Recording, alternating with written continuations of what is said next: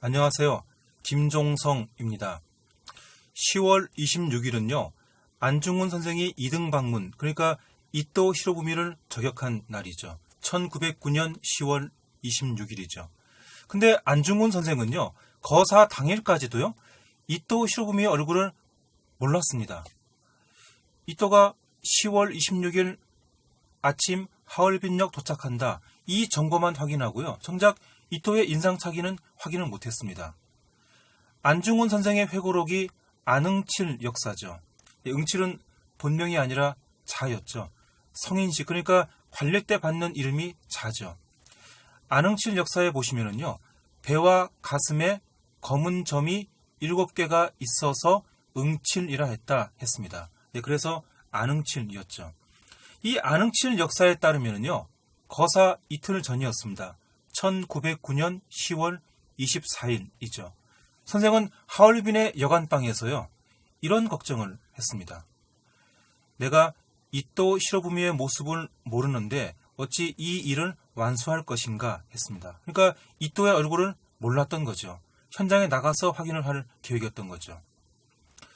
본래 성격이 좀 급한 분이었습니다. 그래서 차분해지라 그런 의미에서 부모님이 무골중자 뿌리 근자 중군 그렇게 이름을 지어주신 거죠. 근데 성격이 급하면서도요. 또 상당히 낭만적이었습니다. 거사 3일 전이었습니다. 10월 23일이죠. 결의를 다지는 시를 한 수 멋지게 씁니다. 하얼빈 여관방에서 쓴 시인데요. 시에 보시면 이런 대목이 있습니다. 이 시를 현대어로 바꾸면은요. 대장부가 세상에 처함이여 그 뜻이 크도다. 때가 영웅을 만들미여 영웅이 때를 만들리로다. 쥐도둑 이등방문이여 어찌 삶을 함께 할꼬 이렇게 되리라고 예측이나 했으리요. 상황은 이미 확실해졌다. 동포여 속히 대업을 이루자 했습니다. 상대방의 사진도 확인을 안 한 상태에서요. 이등방문 너 이제 확실하게 죽었다. 이런 시를 멋있게 쓴 거죠. 이렇게 시 한 수, 권총 한 자루 이것만 확실하게 챙기고요. 10월 26일 아침 7시였습니다. 하얼빈 역으로 나가죠. 일단은 역전 찻집에 들어갑니다. 차를 2잔 주문합니다. 그리고 마시죠. 오전 9시가 됩니다. 이토를 태운 특별 열차가요. 도착하죠. 군악대 소리가 울려 퍼지고요. 기차에서 사람들이 나옵니다. 선생도 찻집을 나갑니다. 맞은편 쪽에 보니까요. 사람들의 행렬이 보입니다. 러시아 군인들하고요. 러시아 공무원들이 호위하는 행렬이었죠. 이 당시는 하얼빈이 러시아 수중에 있었죠. 그래서 러시아 군인들이 호위하는 행렬이요. 보였던 거죠. 틀림없는 이토의 행렬이었습니다. 그 맨 앞에요. 노인이 있었습니다.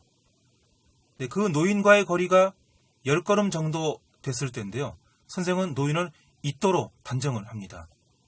그리고는 총을 4발 쏩니다. 노인이 쓰러지죠.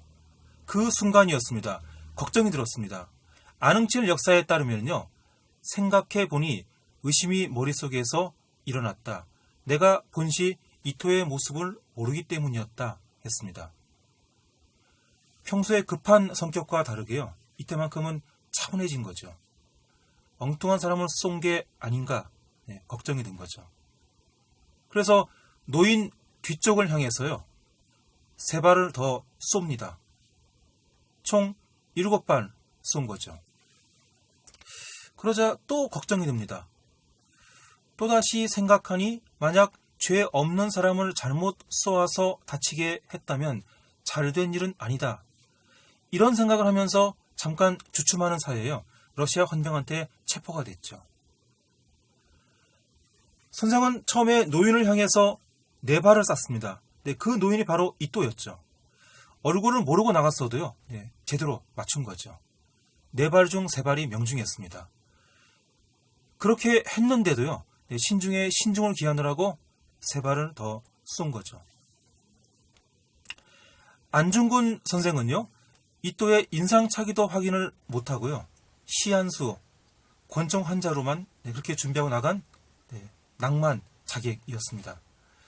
하지만 결정적 순간에는요, 상대방을 정확하게 포착을 했고요, 또 신중에 신중을 기했습니다.